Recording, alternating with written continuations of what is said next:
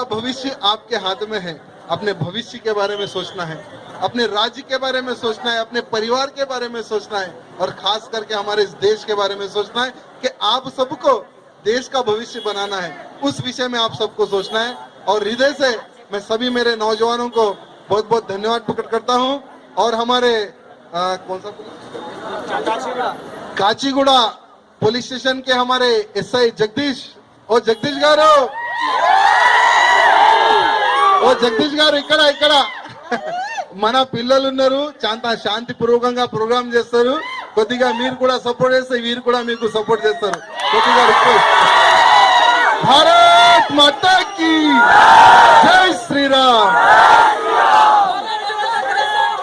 बहुत बहुत धन्यवाद राजा भैया.